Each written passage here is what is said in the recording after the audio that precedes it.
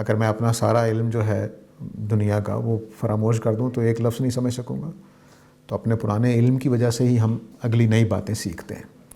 ہونا یہ چاہیے کہ جب قرآن سے کوئی ایسی بات سمجھیں جو ہمارے پرانے عقیدے کو، پرانے کسی نظریے کو توڑ رہی تو اس کو توڑنے کو تیار ہو جائیں. بس یہ منزل بھی اگر آپ حاصل کر لیں تو بہت بڑی منزل ہے کہ قرآن مجید کی سچی بات مجھے جب تبدیل کرنا چاہے تو میں تبدیل ہو جاؤں. یہ بات نہیں ہونی چاہیے کہ نہیں جی میں پہلے بات کیسے چھوڑ دوں.